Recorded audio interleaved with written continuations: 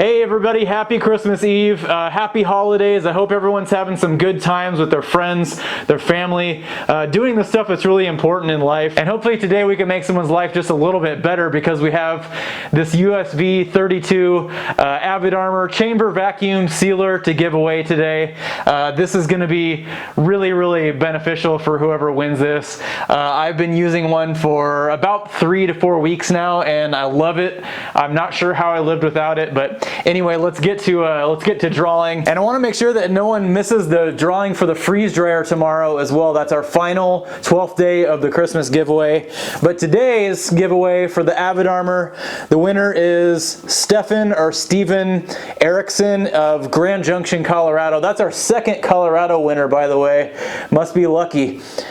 Steven Erickson, you have an Avid Armor coming your way. We'll reach out to you and we'll get this shipped out to you.